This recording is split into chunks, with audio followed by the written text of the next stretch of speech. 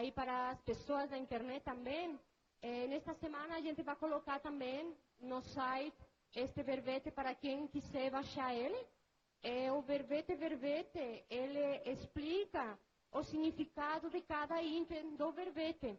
Então, as pessoas interessadas em fazer verbete podem utilizar ele como dica para o trabalho.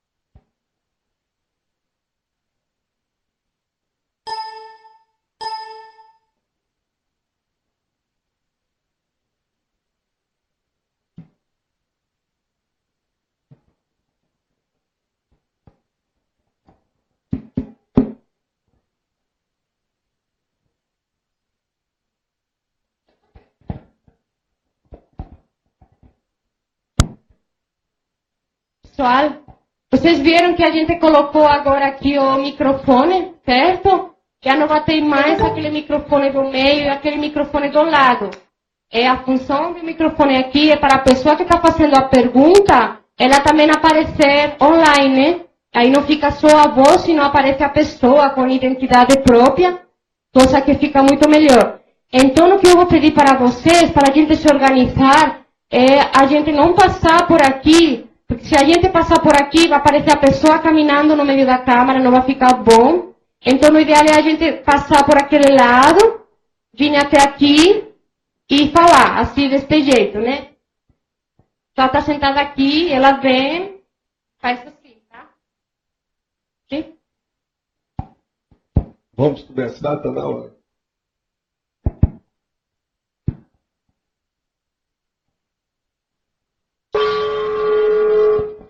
Tertúlia. Meu boa tarde para todos. Hoje nós temos aqui a tesaurização. Isso está dentro da programação existencial pessoal. É a ação, efeito de a consciência lúcida tesaurizar, entesourar, ou acumular bens ou haveres, a fim de formar o próprio patrimônio, ou pé de meia, para viver a existência humana digna, com relativa independência econômica e financeira, sem ser parasita de outra ou de alguma instituição, a fim de executar as exigências naturais da programação existencial pessoal, com todos os respectivos recursos disponíveis, tanto econômicos quanto administrativos e intelectuais. O pé de meia, a planilha financeira, o antiparasitismo, o entesouramento sem ganância, nem avarícia, aplicado à interassistencialidade, as reservas econômicas pessoais, a técnica da poupança, a composição do pé de meia, a estrutura do coscorrinho, aqui eu estou falando para Portugal, o preparo para os dias de escassez, a evitação dos eventos no futuro, a avaliação das despesas face ao rendimento, a reserva do percentual de rendimento para a poupança, a definição dos objetivos da poupança, e por aí vai. A fatologia tem uma série de considerações, vale a pena estudar. Agora, nós falamos aqui no fim, a tesaurização é providência inevitável para toda consciência lúcida, intermissivista, pesquisadora, independente e autoconsciente, quanto ao embasamento da execução da autoproex. Você já alcançou o limite satisfatório da própria tesaurização econômica e técnica? Desde quando? Eu quero dizer para vocês que esse verbete tem 34 logias e 8 máximas. Ele está dentro dos conformes da média aí que nós pretendemos mostrar nos verbetes. Agora, é um assunto muito sério. Ele é tão sério que quando a pessoa vem para a Foz e me pergunta, o que você acha que eu devo fazer, como é que é? Eu falo, olha, vê se você só me aparece aqui no holociclo ou no CAEC, depois você assentar sua vida e ficar totalmente independente, sem parasitar ninguém. Porque vocês sabem, de tudo já ocorreu aqui. Hoje tem 538 pessoas. Para essas 538 pessoas, mais ou menos 10% disso aí, muita gente já veio e já voltou. Porque são pessoas desorganizadas, que sofrem da síndrome da dispersão consciencial. Elas não têm disciplina. E outra coisa, em matéria de economia, eu sempre digo o seguinte, existem 2 tipos de pessoa. Tem a pessoa que é large, é aquela que sabe mexer com dinheiro, que não tem medo do dinheiro, que não sofre com dinheiro, que faz o dinheiro ser escravo dela. E aquela outra que é miserê. Ela tem problema com dinheiro, ela tem problema com a economia, ela é, vamos dizer, totalmente atrabiliária com o cifrão, e então ela se escraviza ao processo da economia e do dinheiro. Essas 2 personalidades são óbvias. Não adianta você chegar e falar assim, existe uma terceira que é o meio disso, não tem isso. Ou predomina uma coisa ou predomina outra. Eu andei estudando isso, inclusive na Wall Street, lá o Wells Fargo Bank, desde a Califórnia, do Pacífico até o Atlântico, dos Estados Unidos, para ver como é que funcionava isso. Porque eu nunca tinha ligado para nada de processo de economia. Chegou uma certa fase da minha vida, eu já estava com 34 a 35 anos, e eu praticamente doei tudo e comecei tudo da estaca zero. Estava totalmente duro. Eu só conservei uma casa para guardar a minha biblioteca, foi conservada durante 22 anos lá, e um apartamento para eu poder sobreviver sem precisar de ninguém. Agora, o que se passa? Comecei estaca zero, na estaca zero, tudo de novo, para criar meu pé de meia novamente. Porque sem pé de meia, você não ajuda ninguém. Maior ilusão que tem dentro de religião, da arte, dos processos filosóficos, é aquela pessoa que faz voto de pobreza. Voto de pobreza é uma pobreza mental, consciencial. É uma pessoa que vai ficar na dependência dos outros. Dependência das instituições. Ela vai ajudar com o quê? Se ela não tem nada. Vai ajudar só com o esforço, a energia, a fala dela. Mas isso nem sempre resolve. Uma pessoa está passando fome, não adianta falar bonito para ela. No português mais bacaninha, mais carinhoso. Isso não resolve. Tem que atender. Então, o processo do cifrão é inevitável. E outra coisa, por agora, e esse século, por exemplo, nós não vamos ver mudança no processo de economia. A economia capitalista ainda vai predominar, do jeito que as coisas estão caminhando. O capitalismo que está aí é mais o capitalismo selvagem. Há um abuso do processo econômico financeiro. Agora, então, quanto mais a gente souber, melhor. Eu quero recomendar para aqueles que acham que estão dentro da classificação de miserê, para procurar um clube de investimento que tem aí. Aqui em Foz nós já temos um clube feito por gente da comunidade conscienciológica, da CCCCI. Vale a pena. Qualquer coisa, conversa ali com o Dr. Jarbas. Sim. São os cogestores. Esta é a gestão econômico-financeira da Estado.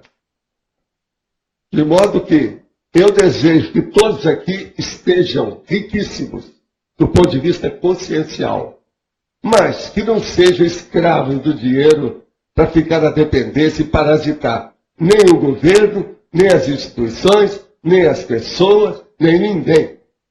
Senão, como é que é? Não pode ser igual aquele rapaz que esteve aqui há 3 anos. 32 anos, já estava no rabo da saia da mãe, sendo que não precisava de ficar lá. Ele, então, era vítima da síndrome do canguru, estava preso ao processo, e como é que é? Eu não posso ficar sem o feijãozinho da mamãe. Então, isso aí, você sabe, a vida não é assim. A mãe também está errada, a mãe superprotetora, acomoda, aquilo fica, afofa a vida da pessoa, ela se entrega, né? Tem disso, essas coisas existem. Agora, a tesaurização é o fato, a gente examinar aqui o que tem. Há muitos aspectos para nós vermos mais de perto. Tem muita coisa para ser vista. Agora, uma outra coisa que eu vou aproveitar, que tem uma das perguntas aqui, e foram endereçadas para nós. Poderia explicar tecnicamente a parafisiologia do processo de psicografia? Ora, psicografia é quando um paracérebro da consciência da pessoa entra e faz contato com o paracérebro de uma consciência extrafísica. Ali, então, é transmitida a ideia da consciência para a consciência. Ela, então, a consciência, começa a receber toda aquela influência da consciência e todo o mecanismo da escrita, de grafar, começa a ser dominado pela consciência. Quanto mais riqueza tenha os dicionários cerebrais da consciência, que é o sensitivo, melhor para a transmissão psicográfica. Agora, isso é feito através da ideia. Então, sempre tem que ter 2 paracérebros. Um nessa dimensão e o outro na outra. E aquilo, então, entra em contato. Lá no fundo, tudo é um processo até básico de telepatia. Agora, aqui está perguntando, esse fenômeno é o mesmo que canalização ou channeling? Não, tem nada que ver com isso, é um outro fenômeno. Canalização ou channeling é a incorporação, é a psicofonia. É aquela consciência que vem e fala através do outro. É o cavalo da Umbanda, a mula dos espíritos, aquilo que se fala aí no terreiro, essa coisa toda. É aquele que é o sensitivo do voodoo. Geralmente é isso. É aquela pessoa, então, que ela fica incorporada. Até um certo ponto, é uma semi-possessão. O fenômeno é totalmente diferente. Agora, poderia nos falar sobre a sua experiência de psicografar 17 livros? Olha, eu não psicografei 17 livros, foram 26. 17 livros eu recebi junto com o Chico Xavier. Nós temos publicado isso. Até a última vez que fizeram o levantamento, só do meu lado tem mais de 4 milhões de obras vendidas em favor das obras de assistência social. Quer dizer, são livros vendidos, exemplares vendidos, em favor das obras de assistência social. Ao todo são 26. Você usava alguma técnica própria? Olha, a técnica com o tempo é o médium, o sensitivo, o psicógrafo. Ele vai deixando a coisa e vai caminhando cada vez mais. Através de uma condição, a técnica que chama passiva-ativa. E outra coisa, quanto mais lucidez a pessoa tem, melhor para ela. Agora, por aí afora, tem gente que acha que quanto mais seja totalmente vedada aquela consciência, melhor. É um escravo. Não é.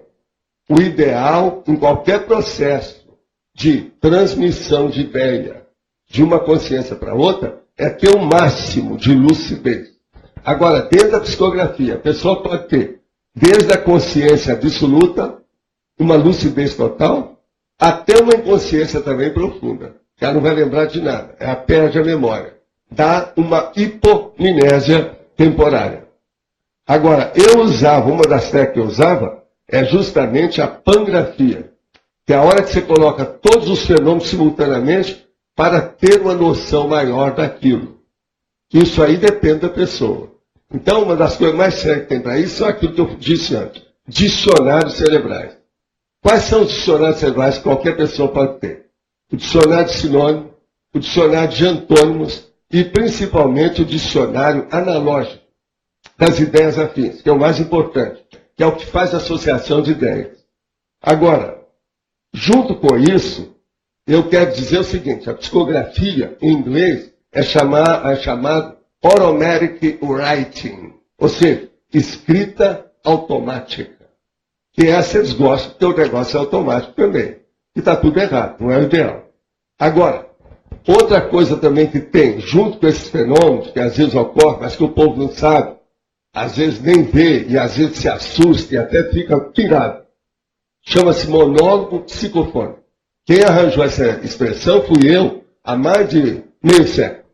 Monólogo psicofônico é a hora que vem a consciência, ela se apossa de você, toma conta, há um processo então de psicofonia total, grande, você então permanece lúcido e fica fora do seu corpo, mas com lucidez, e a consciência que está funcionando através do seu mecanismo aqui, ó, verbal, fala para você.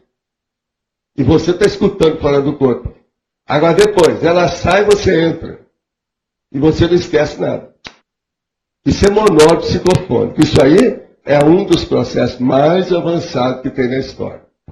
Dentro das as áreas, por exemplo, de espiritismo, dos processos desse sincretismo religioso, dessas religiões que mexem com mediunidade, com parapsiquismo, eles não entendem muito esse processo de monólogo psicofônico, não.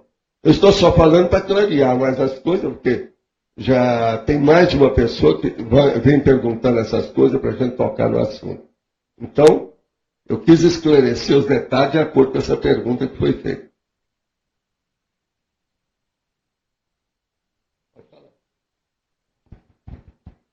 A independência financeira é um dos aspectos básicos para o pesquisador independente.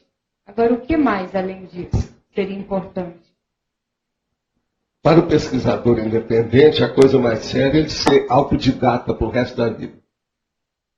Além do problema de ter um pé de meia, ele ser autodidata. Agora, sendo autodidata, é lógico, ele tem que criar uma infraestrutura intelectual, mental somática, de comunicação com aquilo que ele estuda, né? A pesquisa dele, por exemplo, qual a arquivologia? Qual a arquivística que ele tem?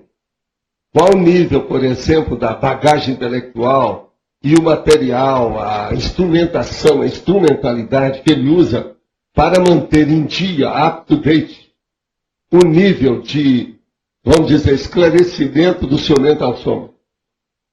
Para isso dá também uma certa folga, liberdade, soltura dentro do processo da pesquisa, para ele também não ficar preso a nada. Que a independência, quando a gente fala um pesquisador independente, não é só problema econômico-financeiro. É independência principalmente filosófica, social. É uma independência ideológica. Isso é muito sério. Para uma pessoa, por exemplo, ter uma vivência mais ampla e sem ficar com a canga de qualquer ideologia no pescoço. Ela tem, então, realmente democracia. Ela tem liberdade de manifestação. Então, esse é que é um verdadeiro pesquisador independente que a gente fala. E a autoridade moral não seria muito importante por causa das consciências? Não, mas essa é óbvia. Mas essa eu não entro em linha de conta. Por quê? Eu parto da premissa que tudo que nós estamos fazendo aqui é cosmoético. Mesmo quando nós verberamos contra aquilo que esteja errado, essas coisas que a gente fala, por exemplo, às vezes, um problema ou outro do governo, um problema ou outro, isso tudo é cosmoético. Nós temos direito de falar. Quem tem vida pública estaria para ser examinado. E outra coisa, representa a gente. E os surtos governamentais de, vamos dizer, virtudes autoatribuíveis são de morte, né? Mas olha o que eu estou falando.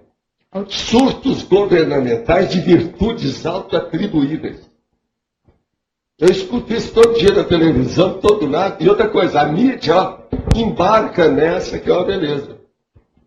Para a pessoa também poder falar essas coisas, ela tem que ter uma bagagem vivencial, uma autoridade vivencial. Na vida, tudo a gente tem que ter competência. E só der por banca quem tem competência. Essa é a base de tudo. Agora, é lógico que essa competência ela vem com o tempo. Uma pessoa, por exemplo, assim é um jovem, é uma moça. Ela tem que ir com calma. Ela ainda é inexperiente. Ainda está passando uma fase que é ainda de preparatório. Mesmo que tenha independência financeira. Que independência financeira só isso não adianta. Se rico desse certo, sabe, Estados Unidos seria o paraíso. Se dinheiro arrumasse todo mundo, não teria aquelas invasões dos rapazes matar os outros na universidade americana. Universidade é outra coisa, colégio secundário. Entende? Dinheiro só não resolve. A abastança é uma coisa secundária. Você olha a abastança, aquilo que eu estava falando ontem, por exemplo, Glastonbury.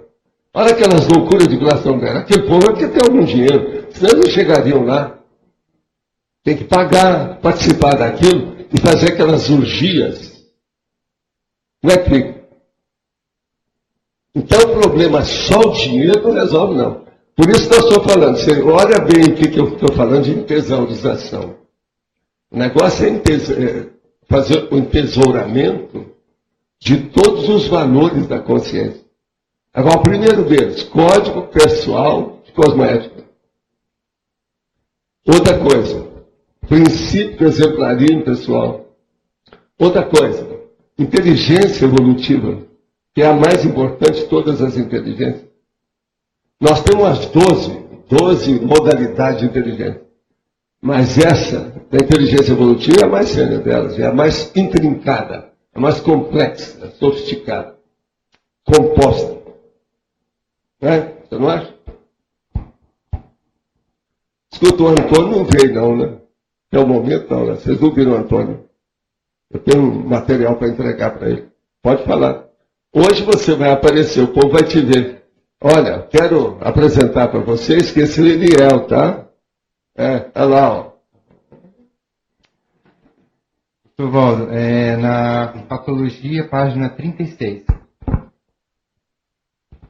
Gostaria que o senhor falasse a relação do tema, do verbete, com a conservação da memória. Qual a relação da tesourização com a conservação da memória? O caso todo é o seguinte, por exemplo, uma coisa boa que a pessoa faz para melhorar a sua memória e ampliar a sua capacidade de retenção é fazer a seletividade daquilo que ela guarda. Há pessoas, por exemplo, que só guardam abobrinhas.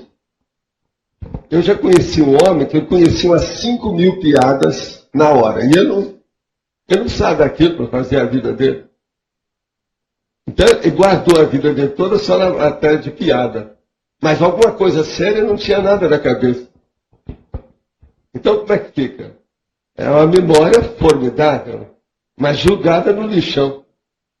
Entendendo? A pessoa não pode viver só de piada. Que negócio é esse? Socialmente, uma coisa ou outra, de vez em quando. Isso é um gancho. Até para dar uma aula, às vezes é importante uma anedota. Mas, só isso? O tempo todo? E a turma que fica sabendo só quem são os jogadores da Olimpíada? Sabe tudo. Desde 1932, que aconteceu um caso assim. 1960, houve o futebol com aquele gol decisivo, e houve aquela outra partida, só sabe falar isso. Você perguntou, olha Scratch no Brasil, no ano tal, ele sabe tudo. E ele, a escalação, é Scratch, chama. O nome antigo é Scratch, caso dos americanos. Agora, então, o que é que se passa? Isso, a pessoa não trabalha na mídia, ela não é da televisão, ela não é do rádio, ela não escreve em jornal, mas é o fanatismo que levou. Então, se uma pessoa ela gosta de um tema, ela guarda aquilo com muita facilidade. Você está entendendo? Agora, junto com isso, é necessário que a pessoa use hoje toda essa instrumentalidade à mão fácil. a começar pelo laptop. E fazer o entesouramento através da bagagem que a pessoa tem, que é arquivística, arquivologia, o balanço que ela tem do material, a biblioteca particular dela. Isso tudo é importante. Aproveitando o gancho, por exemplo, em numerologia, você poderia correr mais ou menos, o senhor coloca a tesouração da cultural, polimática, mnemônica, poliglótica, holotecária, bibliográfica e autoproexológica. Tudo isso aqui eu considero muito sério. Tem até uma ordem boa aqui para a pessoa ver. Cultural. Cultura, vocês sabem. Cultura recebe tudo. Tem de tudo. Essa palavra é uma palavra ônibus, é uma palavra guarda-chuva. Cultura. A maioria de que se fala por aí de cultura é cultura. É um processo de conhecimento curto. Então, é a chamada cultura inútil.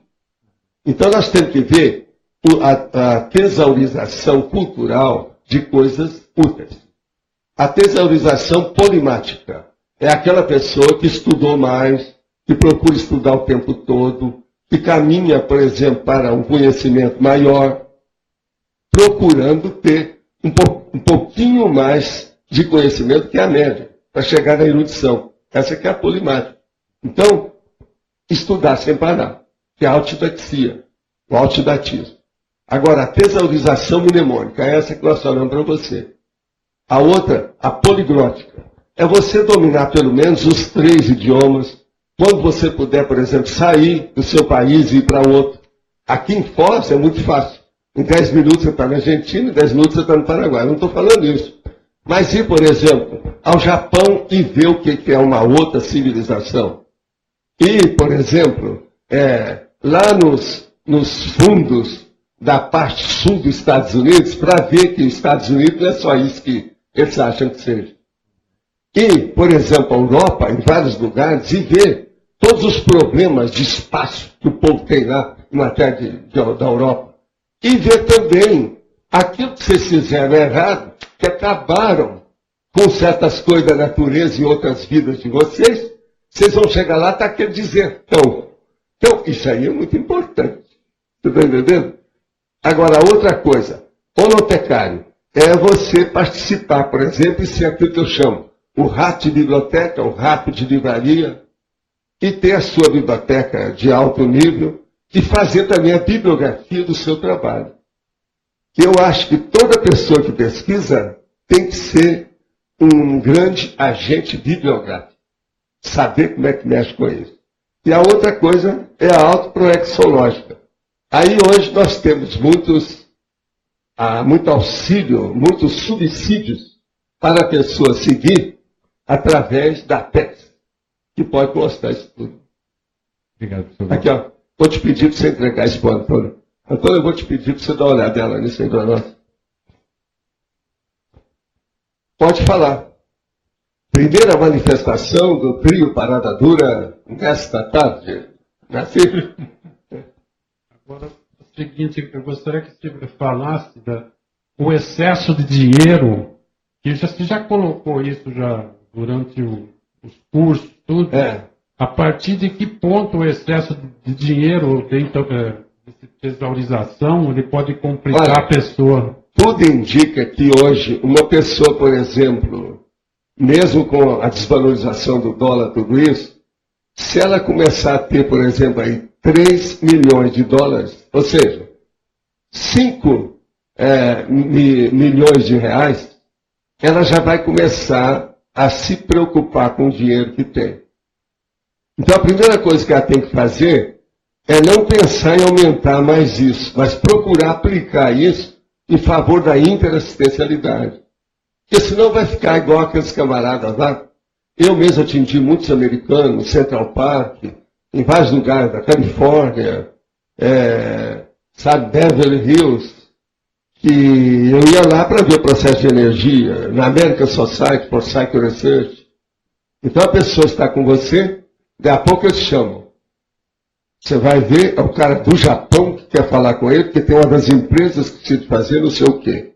Daqui a pouco o outro chama da Escandinávia. Tem alguma coisa lá que tem que resolver.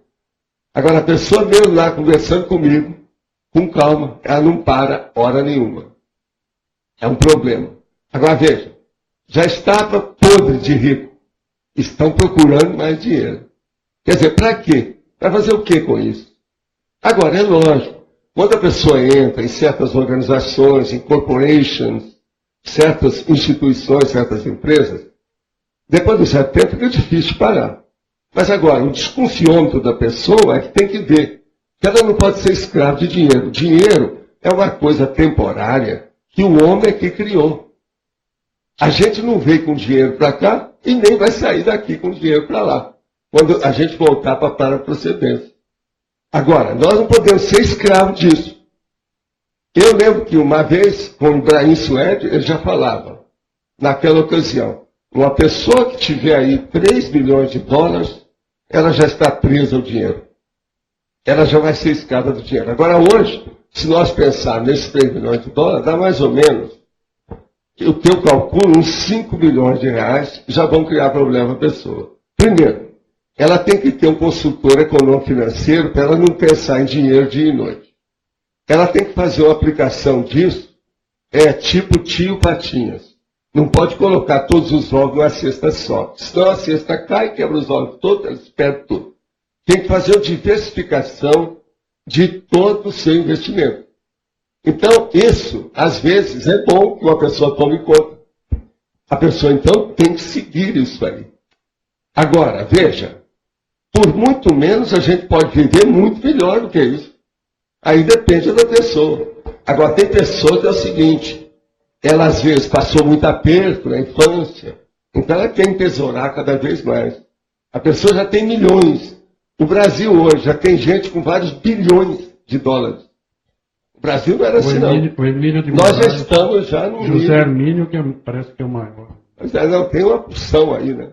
Já Agora, tem. eu gostaria de saber, essa pessoa bastante endinheirada, excepcionalmente, ela praticando assistência, eu gostaria que você explicasse. A primeira coisa é a seguinte, se ela está presa a um país, por exemplo, eu estou falando desse povo do Brasil, eles estão com o rabo preso aqui. Eles vão ter culpa no cartório. Porque tem que saber distribuir esse dinheiro. De uma hora para outra, ele dessoma, vai embora, não é que fica o dinheiro. Isso vai criar problema. Esse dinheiro é patrimônio da sociedade. Tudo que nós temos é patrimônio uns dos outros. A turma não quer ser comunista e nem quer ser igual aos outros, mas nós somos assim por natureza. Todo mundo é igual a todo mundo. Todo mundo é cobaia de todo mundo. Todo mundo é irmão de todo mundo. Isso não tem jeito de fugir. Como é que nós vamos fazer? Você está entendendo? Então, isso cria problema. Agora, eu recomendo sempre o pé de meia. Por exemplo, a pessoa deve ter um pé de meia aí, no mínimo, de R$1 milhão, para ela ficar mais ou menos tranquila e ela poder ajudar os outros. Não há coisa melhor na vida que a hora que você vê uma pessoa que te ajudou quando você estava na pior, quando o negócio não era fácil, que a gente era empregado, melhor de coisa, que passa o tempo, uma pessoa mais velha que você, lá pelas tantas ela está precisando de socorro e você tem o socorro para dar. Isso eu acho o máximo. Já aconteceu isso com a minha vida já umas 12 vezes. E você já conheceu casos bem, positivos de pessoas bem endinheiradas? Já não. Eu conheci pessoas que só mexiam com dinheiro dia e noite, só fazendo assistência. E a maioria não sabia nada, mas com o passar do tempo, as pessoas acabam sabendo porque não dá para esconder. Principalmente na hora que a pessoa morre, porque todo mundo aparece no enterro. Aí é que eles vão saber o que tem. É igualzinho aquele negócio das viúvas. Que o cara morreu e estava pensando que tinha só uma esposa. A hora que morreu, tem 5 mulheres chorando lá. Quer dizer, tinha 5 amantes. Então a mesma coisa é o processo da assistência. Isso tudo existe. Obrigado. Tá. Uma pessoa que não tem ainda o pé de meia e apareça ao mesmo tempo uma oportunidade muito boa dela ganhar dinheiro e também uma oportunidade muito boa na Proexis dela. Como que ela deve decidir? A primeira coisa é ver se essa oportunidade muito boa, entre aspas, é muito boa sem aspas. Então, vamos entender bem o que significa isso. Uma pessoa, para ficar rica de uma hora para outra, que é aquele negócio do Henrique. É o cara que enricou de um dia para outro. Isso, geralmente, quem faz isso é mega assediador, que é para perturbar a vida da pessoa. Entende? Agora, um amparador, por exemplo, ele pode chegar e fazer você ganhar no jogo. Só para mostrar para você que o processo extrafísico é muito mais sério que você pensa. Eu já vi isso comigo, já vi isso com amigos meus, tudo isso. E isso tudo ocorre mesmo. Eles são capazes de ver, porque estão vendo o que vai acontecer antes. Tem uma certa, vamos dizer, visão, previsão, premonição, ou quase que prospectiva real da realidade. Isso tudo ocorre. Mas agora, se a pessoa tem uma boa oportunidade. Então, por exemplo, chega a pessoa para mim e fala assim, Paulo, eu estou com uma oportunidade fantástica. O negócio vai ser ótimo para mim, eu vou ter independência econômica financeira, o que você acha disso? Aí eu digo para ele assim, de onde é? Não, é porque tem um problema do imposto de renda que eu vou trabalhar para o governo e vou ser fiscal. Eu falo assim, cuidado. Aí eu conto o caso daquela moça do Instituto que apareceu e ela fez o exame lá e passou em primeiro lugar no imposto de renda. Aí eu falei assim, essa não vai ser professora, é uma ótima professora. Começou a adicionar tudo isso, falei assim, não vai dar. Aí um dia, ela continuava ainda frequentando, quando ela apareceu com um carro, fora de série. Até um dos amigos nossos pediu o carro emprestado para andar. Aí eu virei e falei assim, então, como é que é? Você já enricou? Você começou esse ano, já está rica? Falei assim, Val, quando eu entrei na repartição, eles falaram para mim, todo mundo aqui tem que enricar. O nível aqui é esse, senão você não fica aqui. Nós vamos dar um jeito de você sair. Isso lá no Rio, teve uma época que era o seguinte, vinha um fiscal para examinar as coisas, e ele chegava para você e falava assim, olha, isso que o senhor está dando aqui é pouco, atrás de mim tem mais 9. Eu tenho que distribuir para todos eles. Agora, os alvarás do Rio, teve época que era assim. Foi por isso que depois eu fechei as empresas, o negócio todo. Hoje eu não sei como é que é mais. Mas a corrupção já era... A corrupção nossa aqui, ela é endêmica, né? Eles já falam isso, já vem de muito tempo. Já tiveram vários casos de pessoas que falaram que iam fazer o pé de meia e depois elas desapareceram, né? Fizeram o pé de meia e deram no pé. Deram no pé de meia. Está entendendo? Foram embora. Enrolado. Agora, o caso todo é o seguinte.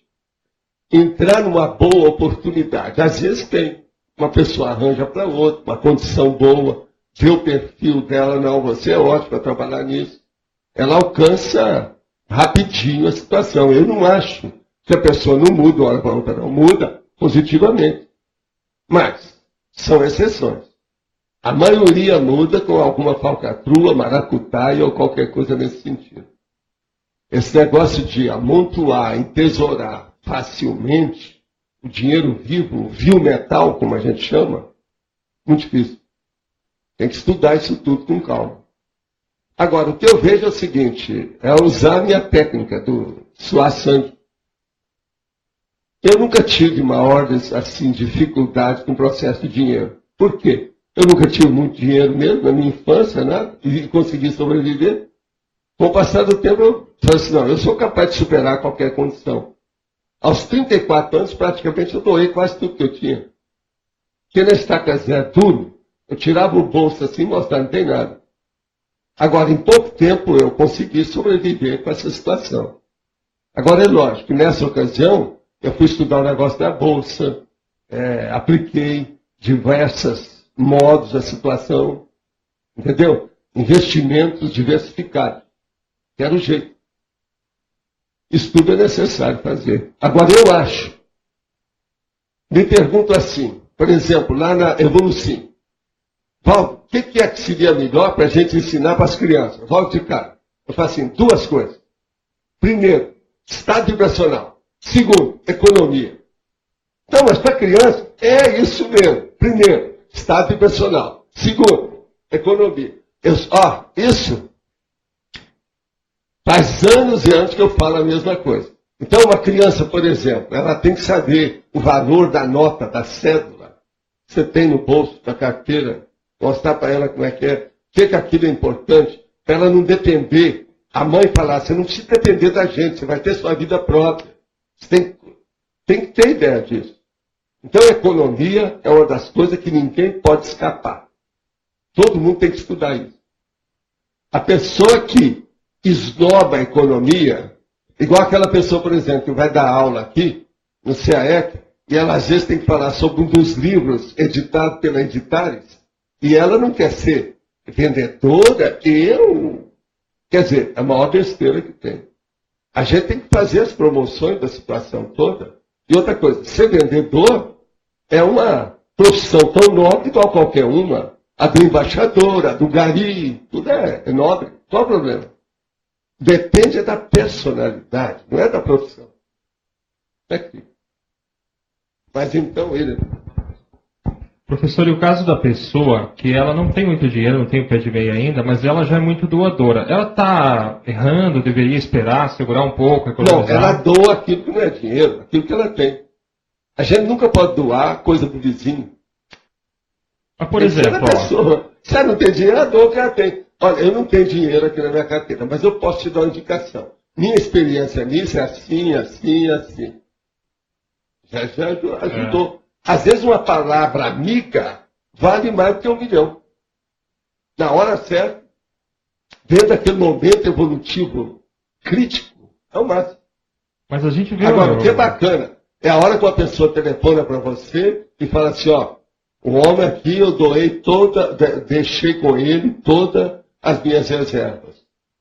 São algumas dezenas de anos. De uma hora para outra, ele passou a perna em todo mundo aqui e foi embora, inclusive com o meu dinheiro. Agora eu estou com um processo do banco, tem 3 bancos, o que é que eu faço? Aí eu perguntei, quanto era? Uma vez eu contei isso aqui na abertura. Perguntei, quanto era o processo? Falei assim, olha, pelo meu cálculo hoje, parece que era 171. Então, 171. Aí eu comecei a examinar o negócio, falei com um amigo meu e falei assim, ó, nós vamos socorrer você. Não precisa ser esse dinheiro todo. Nós vamos mandar e você vai amortizando no banco. Chamamos uma pessoa da família, a filha, e eu mandei para ele de imediato 30 mil reais. Resolveu o problema, pouco a pouco está resolvendo. Então veja, isso é o máximo. Você tem que saber o que é que vai fazer. Agora, por exemplo, eu quero só contar um caso. O Chico Xavier. Eu trabalhei com ele 10 anos. Quando eu encontrei com ele, eu já tinha alguma ideia de processo de economia, porque também sempre foi de uma pobreza danada, lá a situação dele em Minas Gerais. Mas ele sempre tinha uma reserva para poder ajudar aquele que estava pior que ele. Meu pai, por exemplo, meu pai tinha uma perna só. Trabalhava quando ele podia, porque ele tinha um processo lá na outra perna. E era dentista. Então, ele socorria o povo que estava nas últimas. Na angústia terrível da vida. Entende? E aquilo tudo eu vi. Eu é que levava o dinheiro que eu dava para os outros. Agora, outra coisa. Ninguém falava que era ele que ajudava. No dia que ele morreu, o cemitério encheu de gente. Todo mundo chorando. Por quê? Ele tinha ajudado aquele povo todo. Está entendendo? Então, veja. A gente pode saber ajudar. Outra coisa. Tudo no mundo tem que ter uma dosagem. Às vezes falta, às vezes passa. Às vezes, isso tudo tem que ser visto. Então, você dosar qual é a qualidade, a quantidade daquilo que é feito a assistência. Isso também é importante.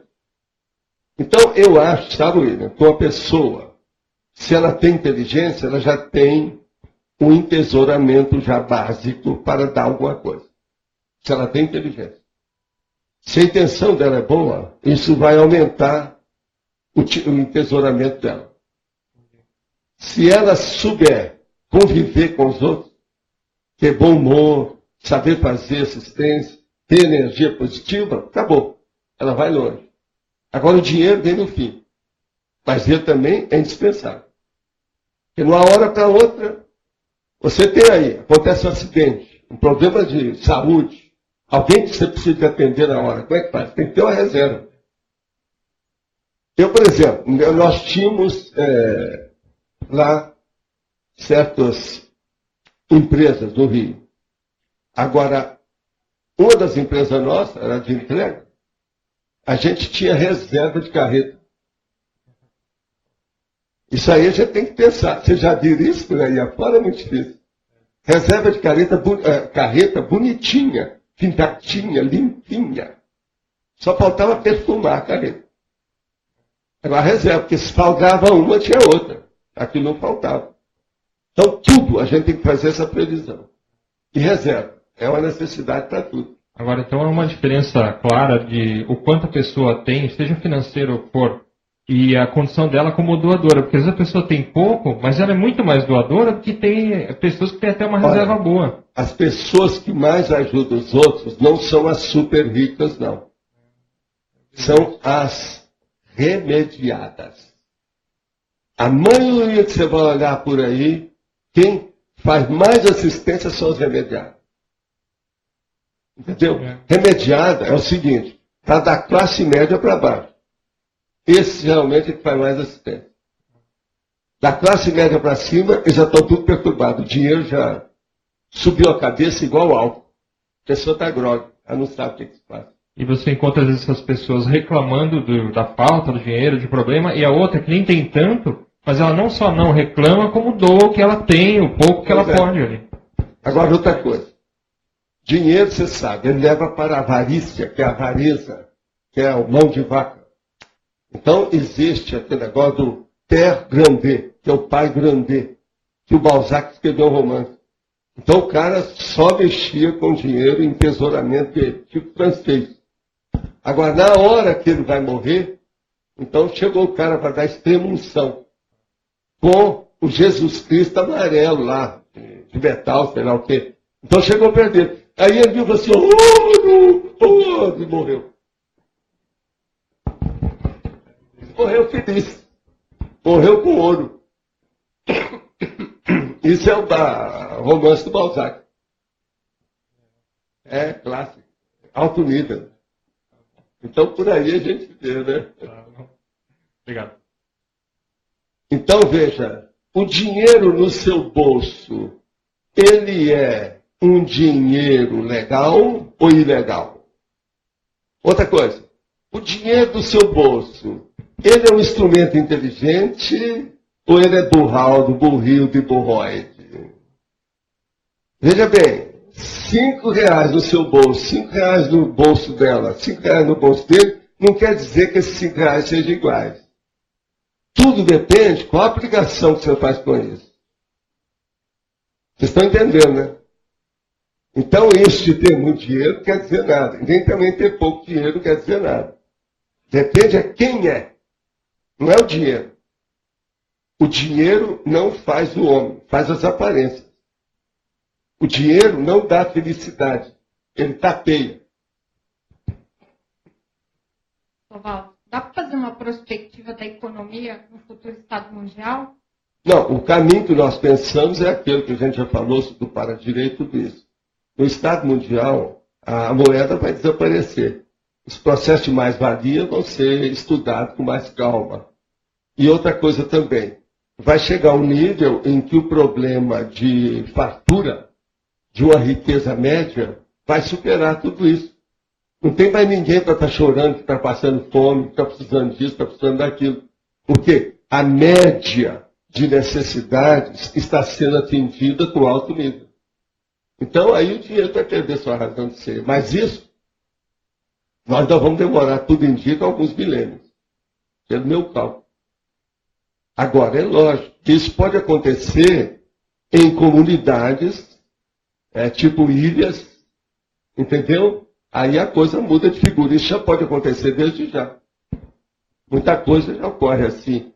As comunidades, então, específicas, dedicadas para aquilo, fora do capitalismo selvagem. Agora, o que é interessante nessa questão de dinheiro é que a hora que chegar num nível desse, acabou a esquerda, acabou a direita.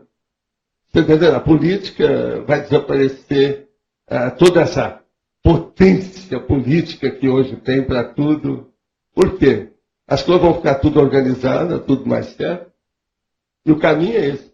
Agora, a gente nota, por exemplo, que extrafisicamente, nas comunidades extrafísicas, a ideia dessas coisas todas já entrou em milhões de consciências. Ela já tem ideia disso. Agora, o problema é materializar isso aqui. O senhor já comentou que a gente, quando estava no intermissivo, alguns de nós fizemos visitas a comunex que não tinham mais esse processo. Será que o senhor pode falar um pouco dessas comunex? Não, o problema todo é o seguinte, é a hora que todas as necessidades já foram atingidas. Agora você vai falar assim, mas ó, uma pessoa que é uma consciência, ela não tem necessidade de fome, de dormir, das coisas que tem, os apetites, as coisas animais, ó. Tem. Mas ela tem coisa pior. São as emoções, saber das coisas, ver o que é que vai acontecer. Então, essas necessidades maiores, se elas são atendidas, é muito mais sério que aqui. Eu não acho, por exemplo, que essas necessidades humanas sejam as mais sérias. A humanidade está aí. Fala em bem, fala em honestidade, fala em assistência aos outros, amai-vos uns aos outros, está em milênios. Em nome desse mesmo processo de amar uns aos outros, estão tudo matando uns aos outros. Tem guerra aí nesse momento, estão matando. Um religioso está matando o outro. Às vezes o próprio irmão, dentro do próprio país. O que adiantou? Esse é que é o problema. Então o problema todo é filosófico, é dentro da pessoa, é o modo de viver, o modo de sentir, o modo de reagir para assistir o outro. Esse então é que é o outro, é o semelhante. Esse é que é o verdadeiro camarada, é o irmão. Por exemplo, esse governo que está aí, ele está ajudando agora essa questão do assistencialismo. Isso é importante. Mas agora, está aproveitando a onda que o Brasil nunca esteve numa onda dessa há muito tempo. A onda econômica. Por quê? Deram tudo para os estrangeiros. Eles vêm agora estão aplicando dinheiro. Aquele Warren Buffett está ganhando bilhões com reais. Veja. Tudo aqui virou uma meca. Meca do dinheiro que eu estou falando. Então, é lógico que isso tudo melhorou. Essa fartura, um pedacinho vai para o povo. É lógico que vai. Sim. Então, esse governo atual está indo nessa onda. Ele está seguindo isso. Como diz o povão, sorte dele. Isso é ótimo. E sorte do povão. Muito bom. O ideal seria que todo mundo ficasse com a fartura cada vez maior no positivo. E isso é muito importante. Entende? Agora, vamos estudar o processo para cada um de nós ter um entesouramento consciencial e deixar que o entesouramento humano fique secundário, numa condição secundária. Porque muita gente pensa o contrário. Só pensa na parte física e esquece o processo consciencial. Agora, veja, a filosofia. Tem muita gente errada, só fica pensando na parte física. Eles não pensam que eles vão morrer. A ciência convencional, a mesma coisa. O cara não pensa que ele vai morrer. Ele fica estudando aí coisa secundária e não estuda ele mesmo. Como é que é isso? O cara está falando aí do processo do átomo, do elétron, um monte de coisa, com um charuto enorme na boca. Quer dizer, não dá valor nem para o corpo dele. Então, como é que é isso? O religioso é a mesma coisa. O cara está aí com um monte de paramentos, uma porção de coisa diferente dos outros, para mostrar que é o tal, numa liderança besta. Para quê? Por que esse requinte? Por que essa, vamos dizer assim, esse excesso? Está entendendo? Tudo isso é tolice. Voltando na questão da política que o senhor falou, né? Que aí a gente não teria mais a política. Mas aí seria bom explicar que essa política partidária, né? É, teria a política geral, né? Porque essa ninguém pode. A ideologia. Outra coisa, o homem, antes de mais nada, é um animal político. E ele não pode deixar de ser isso. Nós, por exemplo, aqui, nós não somos, nós somos apolíticos e apartidários. Mas nós temos uma política educacional, nós temos uma filosofia de vida. Nós não somos besta. A pessoa que não é política, ela é um vegetal. Você está entendendo? Agora, o que eu quero dizer é o seguinte, as nossas instituições não estão aqui para fazer convite para ninguém. Mas nós temos que ser participantes. Eu recomendo que todo mundo vote na eleição. Isso é a democracia. Se a gente participar, é a democracia participativa. Então, nós temos que ver essas posições políticas da vida. Tá certo?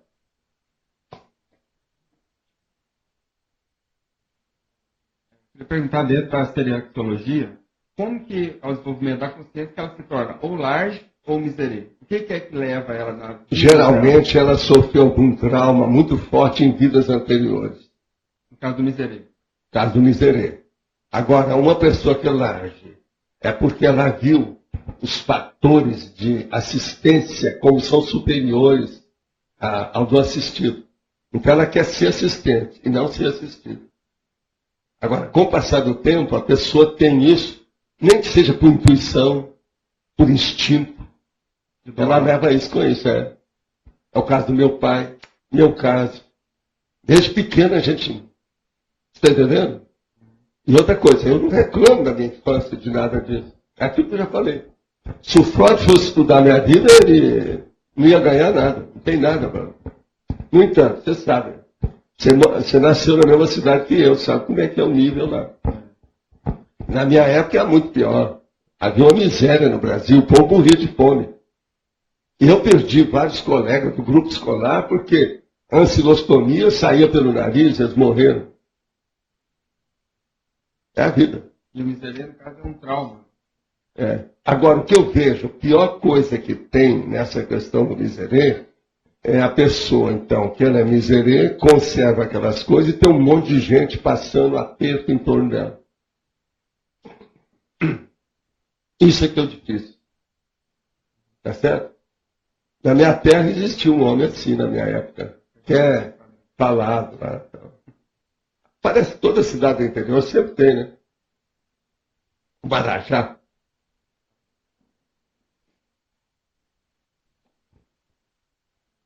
Entra em campo, segundo elemento do trio Parada Dura. Tá certo?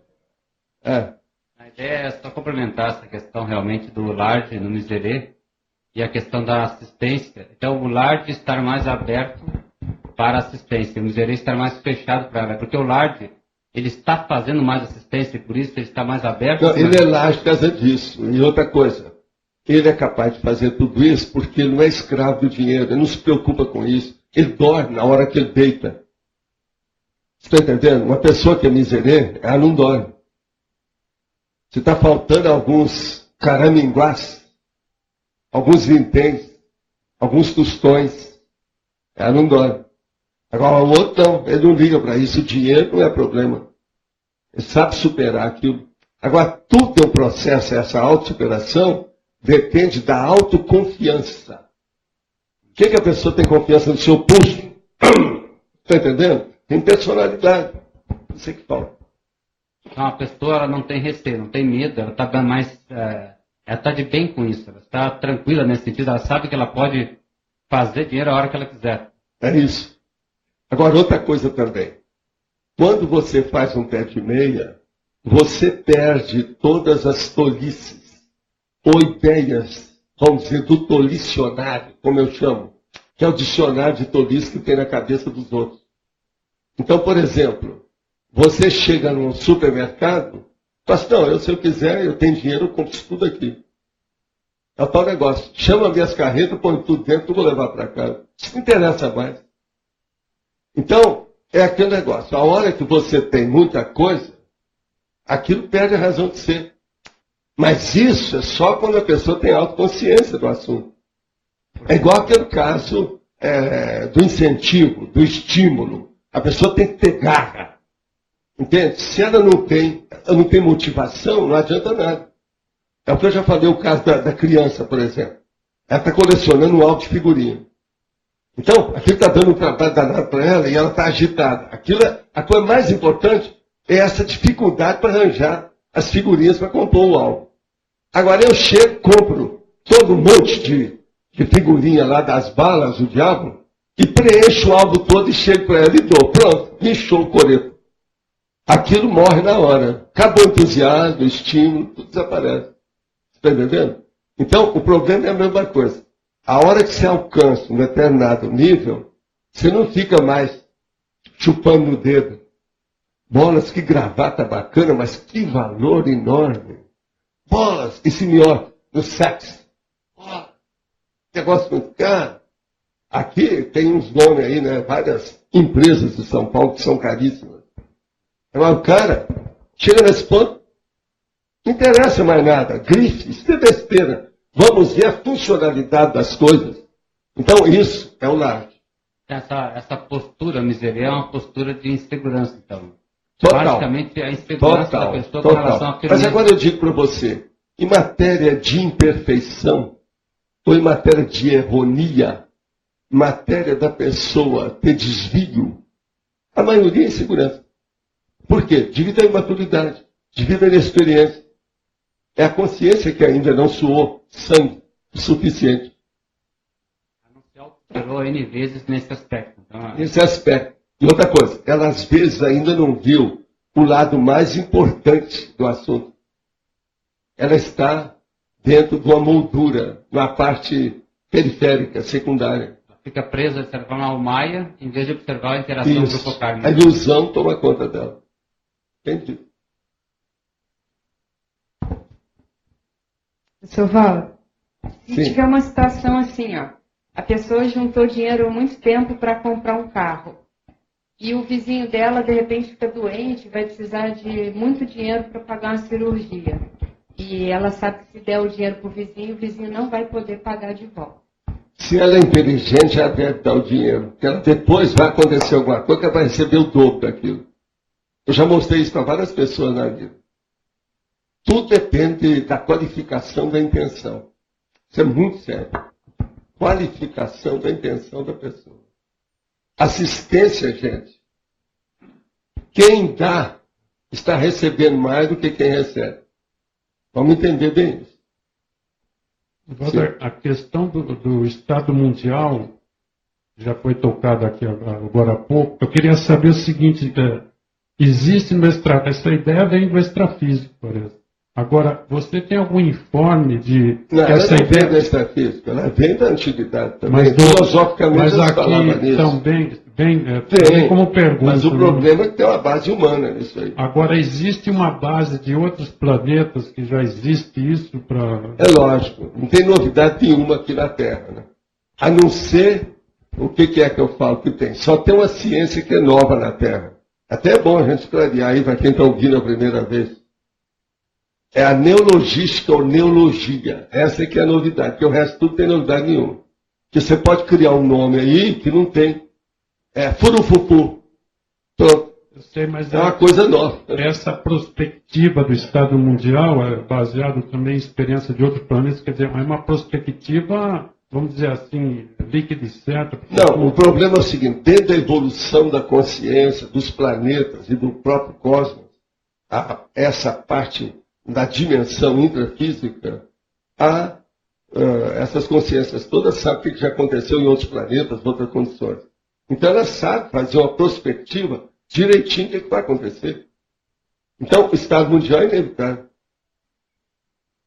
Mas Entende? Eu não acho, por exemplo, que eles vão soltar uma bomba atômica e acabar com isso falando do Estado Mundial. Não.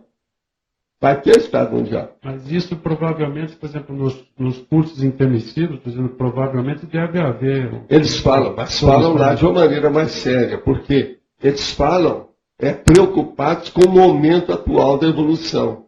Então, é você melhorar você mesmo e não esperar que o Estado Mundial apareça daqui a alguns milênios. O negócio é viver a coisa já. O Serenão faz justamente isso. Ele se antecipa. Ele é um exemplo, é um modelo. Ele dá um exemplo, é um espelho. Isso é que é importante. Tem lógica? Agora, esse Estado Mundial ele vai ter uma base também, além de econômica, cosmoética, cultural, etc.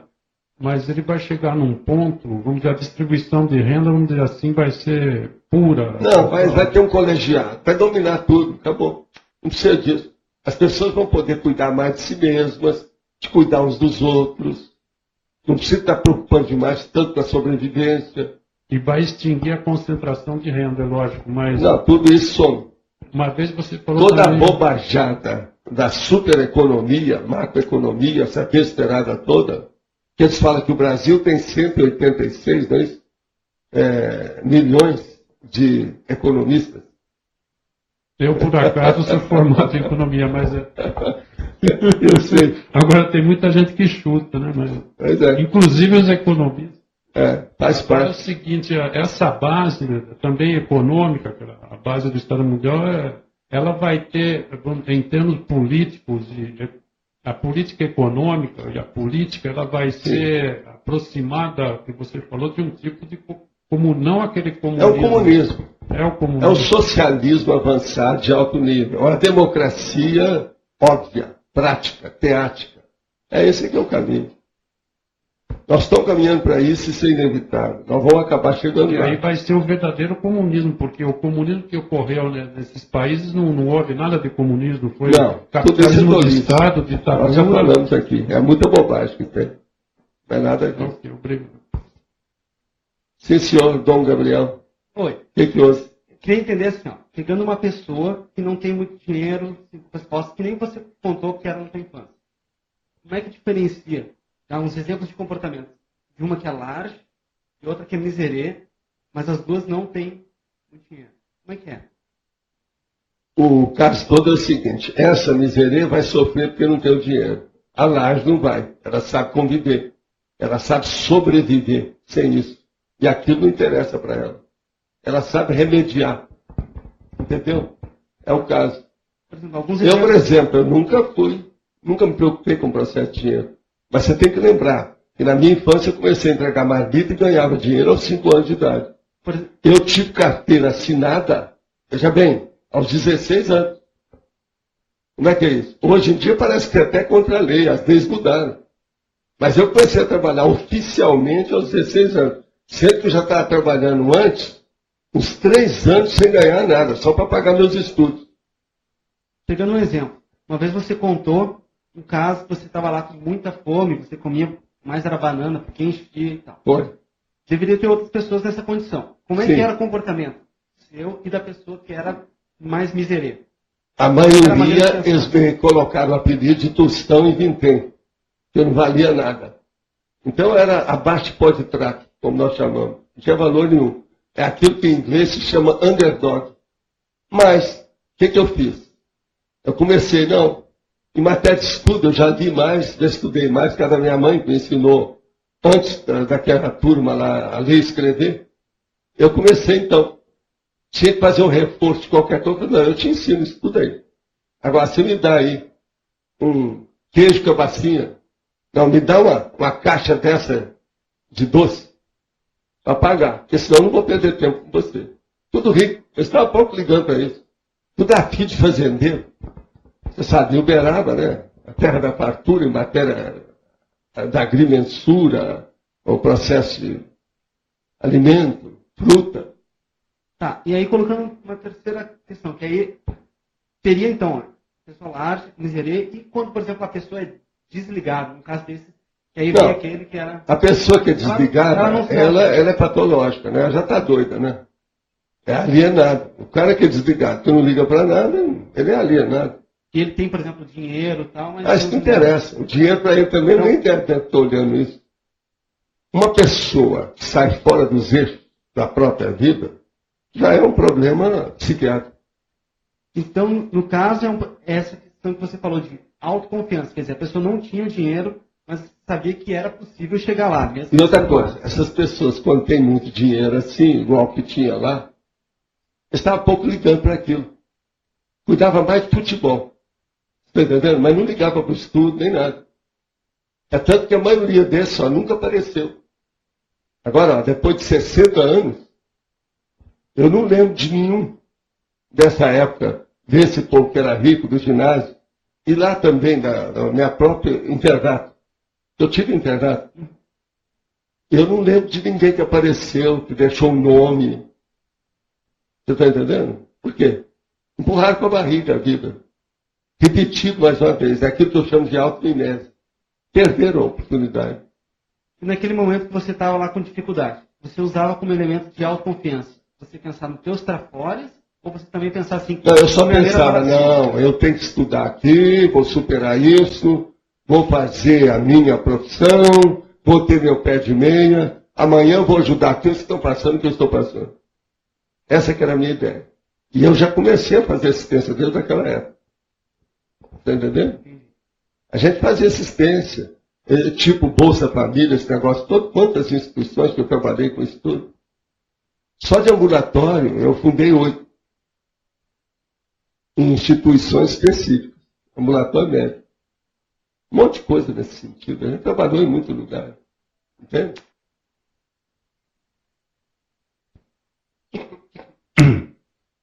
Tá. Val, como é que você vê a condição da pessoa que doar energia ela até topa, mas meter a mão no bolso ela não é muito... Não, a gente tem que compreender e ver se ela é boa de energia. E dizer para ela, assim, ó, você vai melhorar a qualidade da sua energia se você não ficar tão miserê. É uma saída. Às vezes ajuda. Precisa de ver o nível de doentio do processo do miserê, da avareza.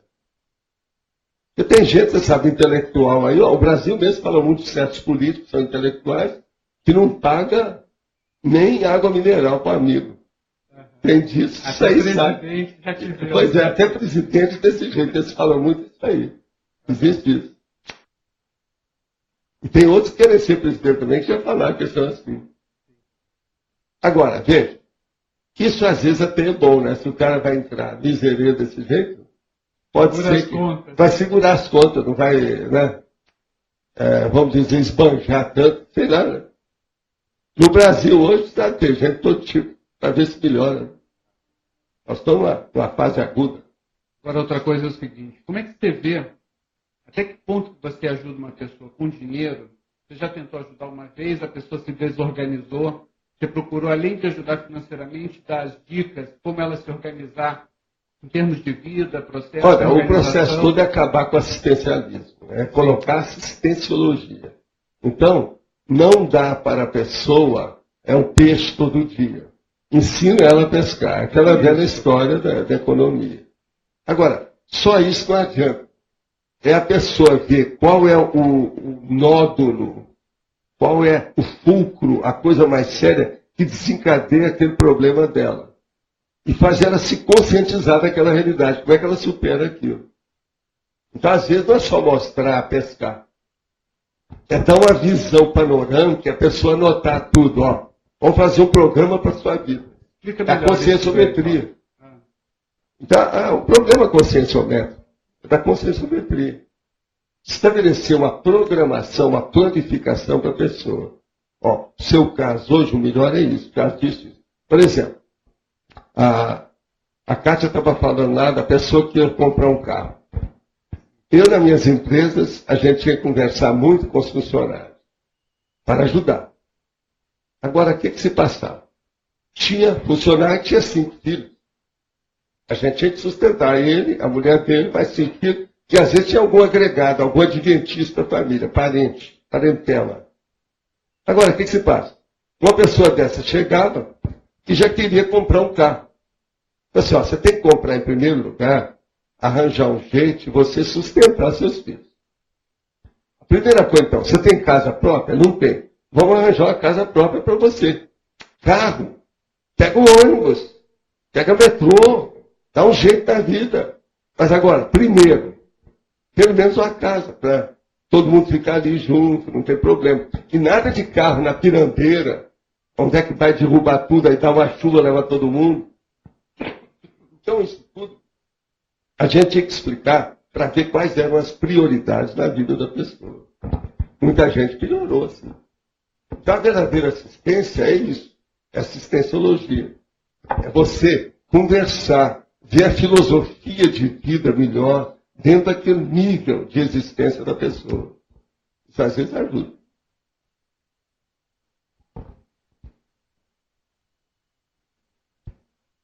Você falou, tem pessoas que quando saem dos fatos da sua própria vida, já são casos psiquiátricos. Eu queria entender melhor em que consiste, o que é a pessoa sair dos seus próprios fatos? O problema dela, por exemplo, ela é totalmente lelé da cuca. Ela não tem uma orientação para a vida dela. Ela não tem filosofia de vida. Então, é um robô. Ela está sendo levada pelo vento. Então, a vida dela é uma anarquia. Ela é desorganizada. Você sabe, tem muita pessoa assim. Às vezes, os que sustentam são os parentes, os amigos. Tem muita gente desse jeito. Então, essa pessoa precisa de ter uma orientação. Pelo menos psicológica. Para ver como é que ela anda na vida. Entende? Às vezes.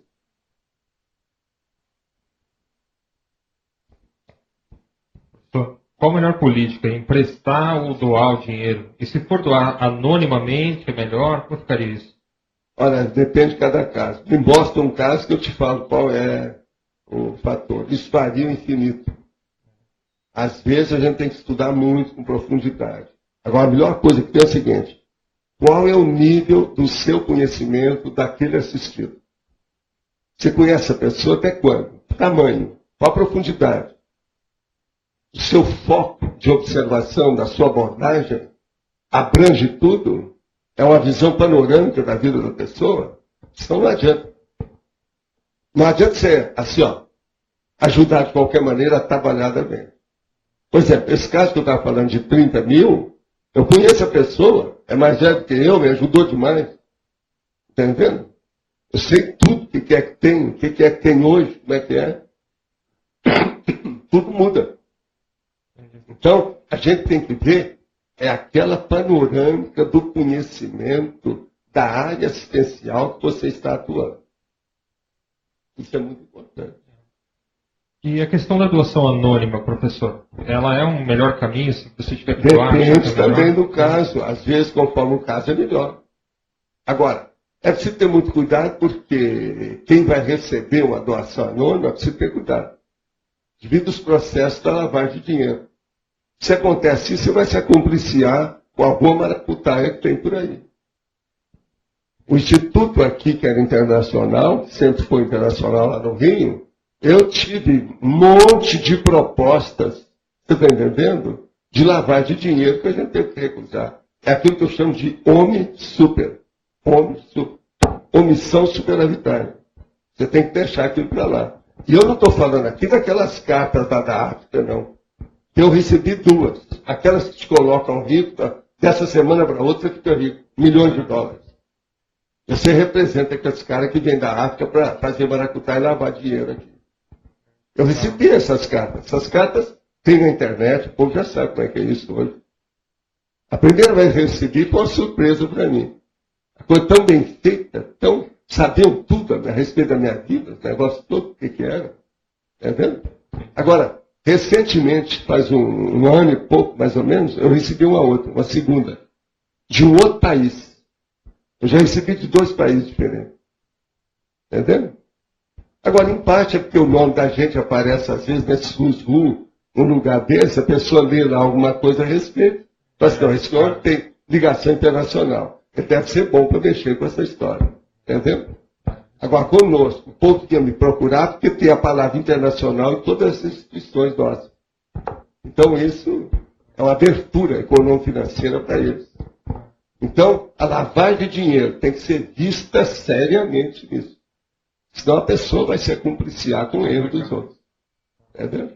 Professor, tem uma outra questão, é outro tema aqui. Saiu uma notícia sobre embrião que ficou congelado por 8 anos e que a pessoa conseguiu produzir um neném, uma criança. Aí até a mãe da criança, ela falava o seguinte, que não poderia ter esse negócio de usar o embrião para pesquisa científica, porque afinal de contas, se depois de 8 anos nasceu a criança, já tinha vida no embrião. E eu sei que é um negócio meio complicado isso, mas o que o professor sabe sobre isso? Não, eu acho que a gente tem que fazer pesquisa e tem que fazer. Por exemplo, as células-tronco. Eu acho que deve fazer pesquisa com isso o mais depressa possível para ajudar os outros. Nós temos que favorecer o maior número de pessoas. Dos males, o menor. E deixar dessa bobajada, essas tolices, essas infantilidades, de muito problema religioso, místico que tem por aí. É muita tolice que tem em torno disso. Eu abençoo, todo mundo tem essas ideias, tal, mas deixa para lá. Isso é bobagem, besteira. Mas do que o professor viu, já tem alguma ideia de existir uma conexão de uma consciência com o embrião que vai ser congelado ou não? Olha, isso aí é uma coisa que deve ser estudada. Cada caso é um caso. Você tem que lembrar que tem cadáver que às vezes fica lá com o cara que pessoa morreu.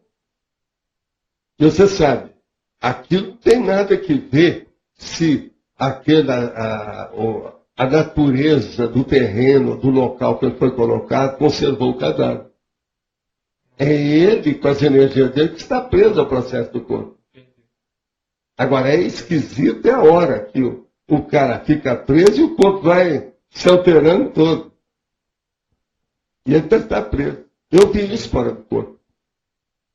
Você sabe, às vezes, se fecha bem hermeticamente uma tumba no lugar adequado, às vezes não tem. O corpo passa aí 50 anos, você vai abrir, o corpo está praticamente do jeito que foi enterrado. Essas coisas existem. E a pessoa morreu mesmo, atirou um cadáver.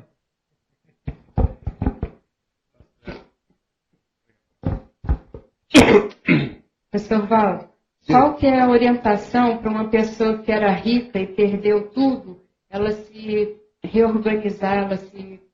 Olha, começar a estaca zero numa boa, com fair play, sabendo que quem é rei, ou quem foi rei é sempre majestade. Saber que ela consegue superar a situação dela. Mas numa boa. Não pode ficar com deprê. Depressão não leva a nada, é um negócio negativo. Agora, o que eu vejo é o seguinte, uma das maiores provações sociais que uma pessoa tem, que eu já vi em alguns casos, é aquela pessoa que é riquíssima, de uma hora para outra, ela perdeu tudo e foi para o miséria total. E ela não está preparada para isso. Aí é uma revolta danada da pessoa e desespero. Essas pessoas, quase sempre, a gente tem que fazer assistência para evitar coisa pior. Né? Ela não só acabar com a parte econômica e financeira, vai acabar com a própria vida. E tem muita gente que, por muito menos, suicida. Né? Então, tudo isso é o quê? É aquela pessoa que os americanos chamam, é o naïve. Ele é ingênuo. Ele é inexperiente. Ele não tem noção. Cada uma tolice qualquer vai embora. E a vida não é assim. A vida é preciosa. A gente tem que valorizar a vida nossa, o que nós estamos fazendo aqui, o corpo que a gente tem. Isso é muito sério. Mas então, Rosa... Professor, vou falar a casuística. É o seguinte, uma consciência vem para nós, ela é obrigada para vir, ela deixar tudo para trás. Seu pé de meia. Não é o seu pé de meia, ela traz o pé de meia. Mas ela não tem. Que negócio é esse? Não pode. O que há? Bem, Ela vem para cá para você, para você atendê-la. Então. Eu vou relatar. Ela não pôde trazer, ou ela vinha, ou... Então ela tinha que optar. Ela sempre vai ter uma parte do pé de meia. Tem uma aposentadoria, né? Então. E vive, realmente desceu, digamos assim, bastante degraus do seu nível econômico, vive mais ou menos harmoniosamente, mas com baixo poder aquisitivo. Mas para que ela possa recobrar o seu pé de meia, vai levantar tanta poeira, então ela pergunta, seria válido, ela ainda teria condição de levantar de novo, assim como o senhor levantou, doando tudo que tinha, ou assumir essa coisa de tanta poeira que vai levantar? Levantar a poeira não. A pessoa pode fazer tudo com dignidade, alto nível, sem influir negativamente em ninguém. Depende do que ela vai fazer. As oportunidades que nós temos na sociedade são imensas. Então, se a gente for falar no Brasil, nos Estados Unidos, na Europa, aonde domina esse capitalismo selvagem, é mais fácil ainda. O processo todo é um problema de aplicação econômico-financeira. Então, com um pouquinho de inteligência, a pessoa vai longe. Uma pessoa vai começar a entender o que é a leitura de um balanço de empresa, ela vai longe com isso. Outra coisa, uma pessoa que conseguir comprar debêntures de alguma firma que ela examinou bem, ela vai longe, em pouco tempo.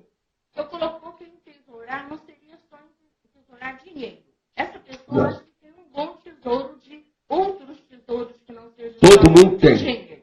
Primeiro, ela tem saúde. Aqui, então, ela tem saúde relativa. Ela consegue andar. Está ótimo. Então, não vale a pena levantar tanta poeira. Não, às vezes vale a pena. Depende do que você está falando de poeira. Por exemplo, passaram a perna na pessoa e tem que levar o negócio para a justiça. E eu sou favorável, que em alguns casos tem que ir para a justiça. Barra do tribunal. Vai lá. É um processo de justiça sério, por quê? Às vezes está envolvendo outras pessoas, que não é só você. Você está lá no meio. Às vezes tem crianças no meio. Isso tem que ser defendido. Não é bem esse negócio de levantar poeira, não. Advogado, juiz, magistrado, tribunal, existe para isso. Agora, é lógico, que o ideal é sempre fazer acordo. O ideal é não precisar de tribunal nunca. O ideal é nunca você passar pelo BO da polícia. Nós sabemos disso. Mas, às vezes, é necessário essas coisas todas para ver como é que é. Entende? Embora que levante alguma coisa. Não, poeira, minha filha. A vida precisa levantar poeira. Uma pessoa vem para fora, eu já falo desde já. Vem para cá, que aqui a poeira é levantada todo dia. Vermelha. É o chamado, né, calcanhar vermelho, que é igual na minha terra. Monte Carmelo também é assim. Calcanhar vermelho. Hoje de manhã, 8 horas da manhã, eu estava aqui, vendo, estava um silêncio absoluto. Primeiro, saiu um carro preto daqui, atravessou, foi para o discernimento. Depois veio um carro moderno, todo metálico, brilhando, desceu do discernimento para cá. 8 horas da manhã. Então comecei a pensar, bolas. Aí eu comecei a filosofar a situação da natureza, né? Então cheguei à conclusão no CAEC, aqui no discernimento, existem 3 fases no dia, com referência aos voadores. De manhã são os pássaros. À tarde são as borboletas. No anoitecer são os mosquitos. Hoje tinha só pássaros, de tudo quanto era jeito. E fazendo barulho, algazarra, passando de um lado para outro. Entendeu? Agora, de manhã, pássaros. De tarde, borboleta. No anoitecer, mosquitos. Vocês escolhem o que vocês querem. Esses são os voadores do CAE. Voador aqui não é cheque voador, não, hein, gente? Vamos entender. A gente está falando em economia, estou falando em voador. Sim. Quando você fazia os atendimentos, tanto aqui ou quando você fazia na clínica médica, queria assim que você desse 5 variáveis, pelo menos, que você analisava rapidamente para distinguir uma pessoa de ela ser large e miseria, mesmo que às vezes ela não tocasse no assunto financeiro. O que você fazia naquela hora? Por exemplo, chega uma pessoa, está muito mal vestida, até suja, e você sabe que ele é dono de 3 fazendas, ele é miserê ou ele é large? Você analisava... Não, estou dando um perfil. Por aí você já tem uma ideia. Por exemplo, você ia analisar a questão de energia. Às vezes você só... Sei, mas às vezes não precisa. Só de olhar para a pessoa, você sabe. O jeitão. Entendeu? Você, por exemplo, você está muito limpinho hoje, com o cabelo cortado, a barba escanhoada, tudo arrumado. Você está parecendo um large. Tá bom. Tá bom. Você já viu como é que ele está limpinho hoje, tudo limpo? Está parecendo, né? Tá bom, né? Ele até ficou mais bolso depois que cortou a barba. Está parecendo. Não é isso? Hein? Ah, é por causa de sábado. Tem que tomar banho. É isso. Mas assim, outras variáveis, porque às vezes você já via assim fazer isso. Você faz uma análise muito rápida, não tinha muito tempo. Mas aí... Eu sei que você entra vários recursos. Gabriel, existe uma série de viés que eu não posso esquecer, nem querendo. Que a vida você vai acostumando e vê as reações que você tem perante os outros, situação. Mesmo que eu queira esquecer disso, não tem jeito. E tem certas coisas que a minha memória conserva aquilo e não dá para esquecer. É o caso ali, ó, daquele meu amigo. Ele chegou, falou umas coisas aí, a minha mulher viu e falou assim, olha, tem um rapaz aí que viu um negócio lá que foi lá falar com você. A hora que eu encontrei com ele, não, você é meu amigo, conhecido, qual é o problema? Ele, há 2 anos ele esteve aqui, ele mudou a vida dele todo, em 2 anos. Agora, quando ele chegou aqui, ele estava entregando barato. É bom você virar para lá e mostrar quem é você. toda pessoa large, então, ela é bem assistida ou não? Ela pode ser bem assistida e pode não ser. O que adianta uma pessoa large que faz, aparentemente ela é large, mas ela está fazendo assistencialismo para fazer demagogia, o populismo para tapear todo mundo. Tá, mas aí você não falou... adianta nada. Tem que saber com profundidade se a pessoa é real ou não é. Tá, mas aí no tempo que você falou que aparentemente ela é large. Então, na verdade, ela não é large. Sim, mas agora você vai saber por causa da aura dela, as energias. Então, isso que eu queria saber. Então, na hora que você vai fazer essa classificação, é large ou é miserê? Então, ou seja, o large é bem assistido. Agora, tem coisa que você não sabe, não. Às vezes é difícil. Principalmente com mulher. Mulher é mais difícil de interpretar do que homem. Por quê? Por causa do bioliparo, lá da Miriam. A pessoa vai e muda o perfil, entende? A aparência. Bioliparo. Salão de beleza.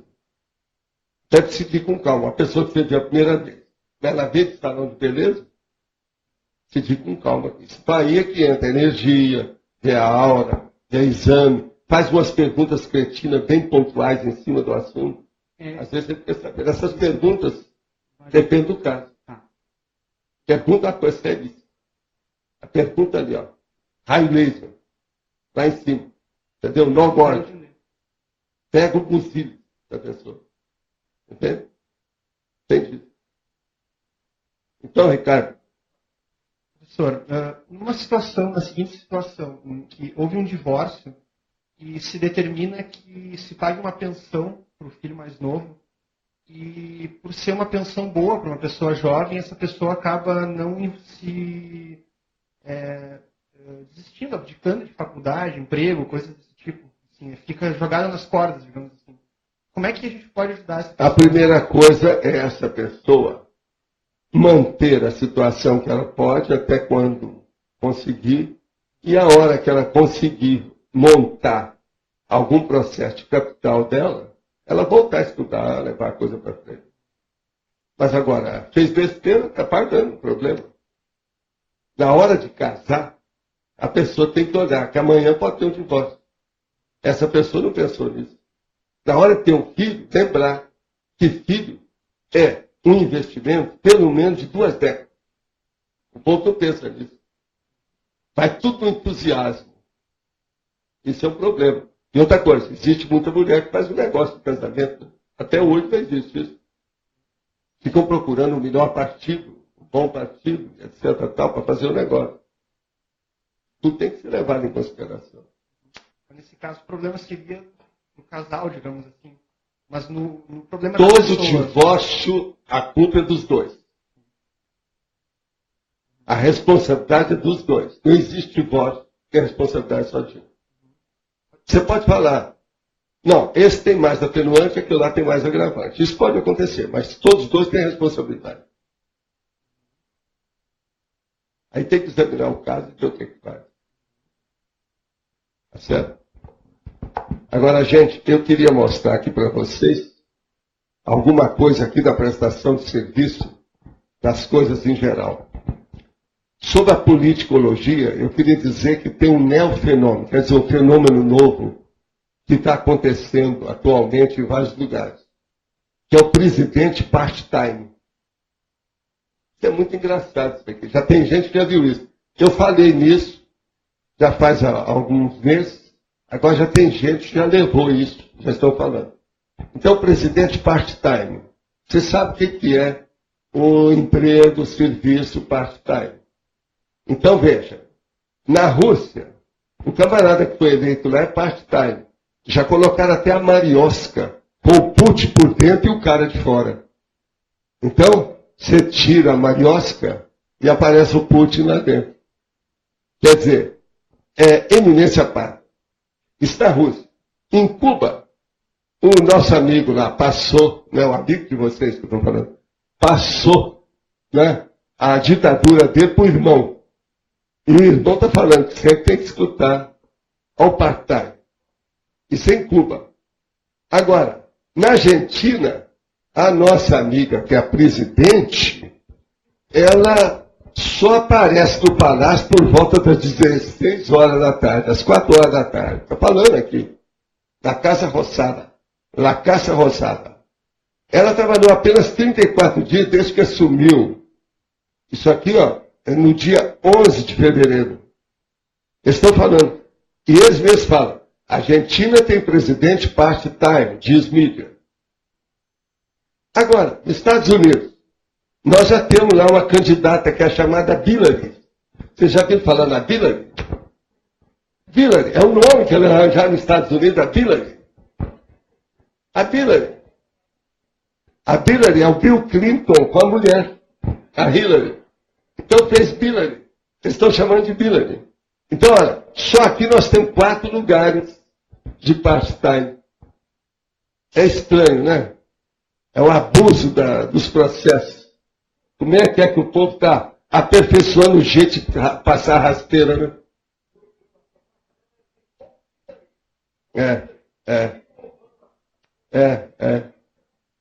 Mas parece que o Obama está na frente, né? Obama para o Ibama. Entendeu? É aquilo que eu estava falando. É importante isso aí. Agora, não é o Osama para o Ibama, não. É Obama.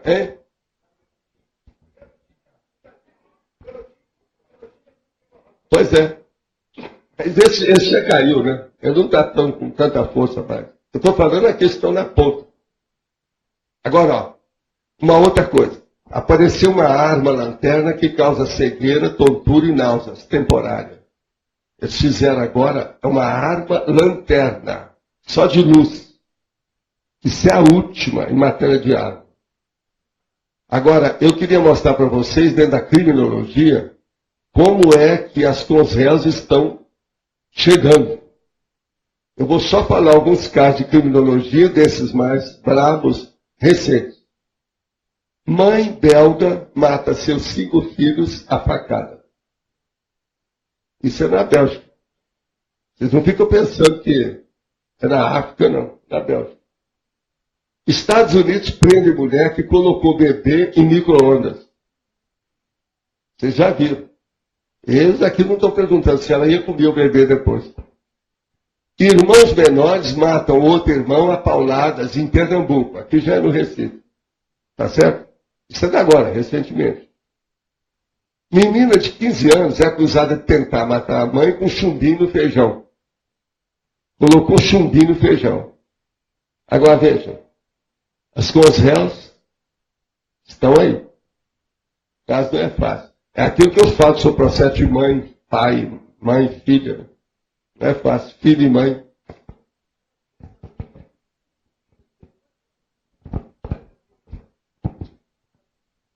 Tem gente que é doido, né? Tem gente que você tem que lembrar que tem muita mulher dessa que fica perturbada. Agora, aquilo já vem um drama, já de muito tempo, e acabou culminando uma condição dessa. É tudo uma pena. Agora, tudo a gente tem que ponderar, fazer reflexão. O problema ideal seria esse. Eu acho que devia de ter mais, assim, divulgação do que uma pessoa refletir a respeito do tempo. Não é fazer meditação, não, que isso é besteira. Isso aí ajuda muita gente, mas não é isso que eu estou falando. Estou falando é refletir, ponderar, para ver aquilo que é essencial, o que vale a pena, qual o prioritário. Isso, às vezes, é bom para a pessoa ficar mais consciente, mais madura, mais apta para decidir as coisas da vida. Eu penso que devia ter mais escola para isso. Eu acho, por exemplo, que a psicologia, a própria consciência terapia, devia entrar mais nisso, para orientar as pessoas do ponto de vista de decisão. Então, por exemplo, não de fazer empreendedorismo, arranjar dinheiro, não é nada disso, mas decidir certos momentos críticos, como é que a pessoa vai fazer. E nada de apelar para processo de religião, apelar para muletas. É a pessoa pensar por ela o que vai fazer, ela ponderar, ela refletir. Eu acho que devia de ter curso especializado para isso. E muitos cursos que eu dei, vocês sabem, eu dei centenas de cursos. Dei milhares de palestras e conferências. Mas, algumas vezes eu cheguei a falar nesses assuntos.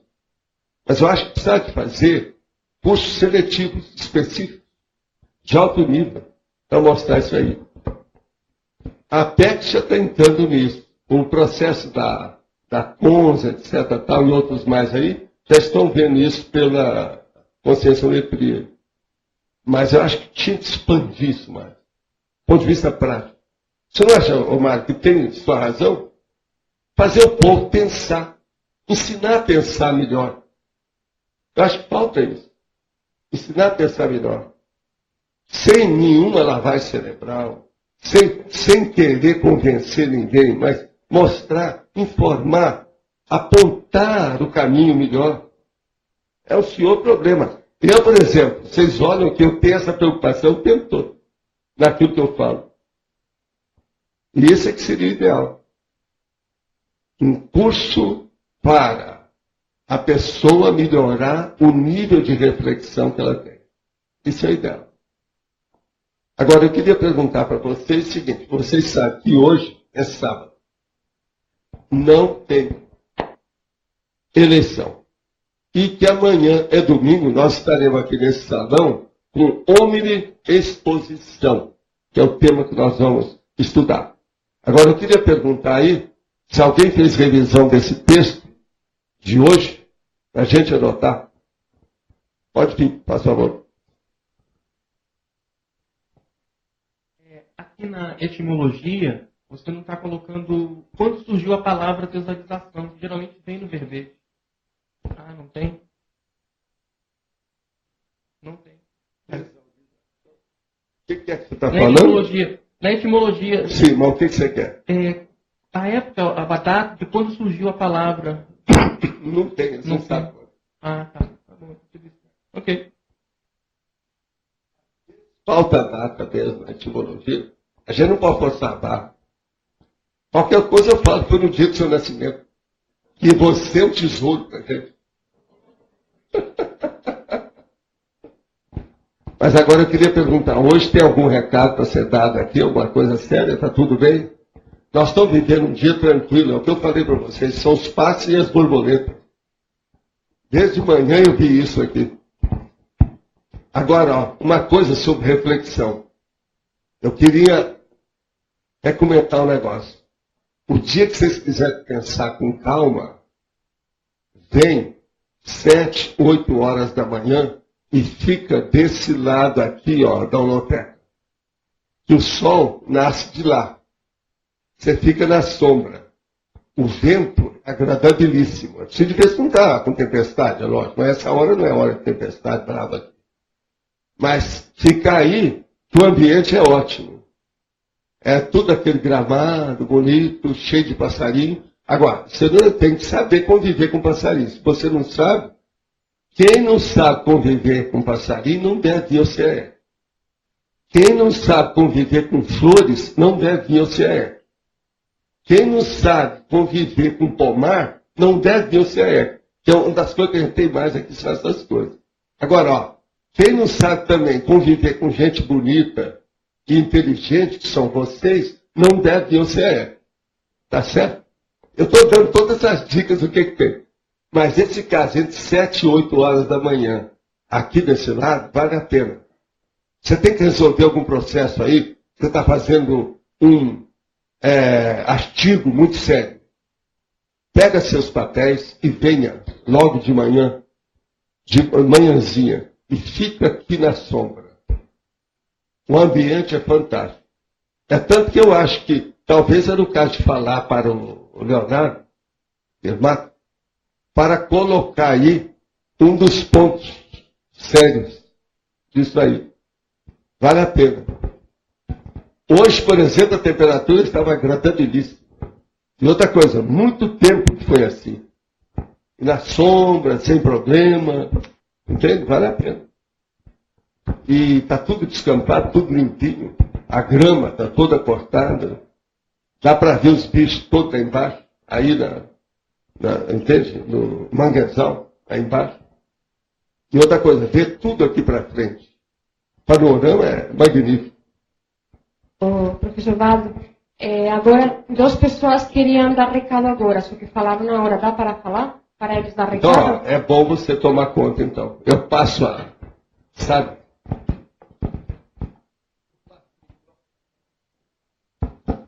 Então, Pessoal, então a tertúlia hoje não tem eleição, porque amanhã o verbete já é eleito. E vamos passar 2 recados e depois se pode dar por concluída a tertúlia. Obrigada. Gente, queria fazer 2 convites para vocês. Primeiro é sobre o colegiado de intercooperação. Amanhã, 15 horas, nós vamos ter um debate sobre voluntariado. Já é um debate que nós estamos fazendo há alguns dias, né, alguns meses, e vocês podem participar, porque os temas são interessantes. Né? O que é o voluntariado na CCCI? Amanhã, 15 horas. E na sequência, nós vamos fazer também a Assembleia da Unicim, Assembleia Geral, então estejam convidados. Eu acho que vai ter apresentação no plano diretor também da Pognópolis aqui de Foz. E hoje à tarde, 15 horas, nós temos a apresentação do empresário Valentim, que ele vai falar sobre empreendedorismo, como é que ele criou a empresa dele. E isso é uma parceria com a Comissão de Empresas Conscienciológicas. Eu acho que vale a pena quem quiser saber sobre empreendedorismo. Ele é uma pessoa que tem muita experiência e vai dar o seu depoimento hoje à tarde no discernimento. Ok? Obrigado. Pessoal, só informar que nós estamos aí em março, nós estamos com 266 amigos da enciclopédia. Só lembrando que nós precisamos, para consolidar todo o projeto da Enciclopédia da Conscienciologia, R$20 mil por mês. Então, estão convidados ainda para continuar as doações. Né? As doações podem ser feitas pelo e-mail amigos@enciclopediadaconscienciologia.org. Qualquer informação também por esse e-mail e pelo site enciclopediadaconscienciologia.org, tá bem? O valor é R$620 por ano, ou se a pessoa quiser do alto valor também, pode mandar no nosso e-mail lá que a gente entra em contato com vocês, ok? Obrigada.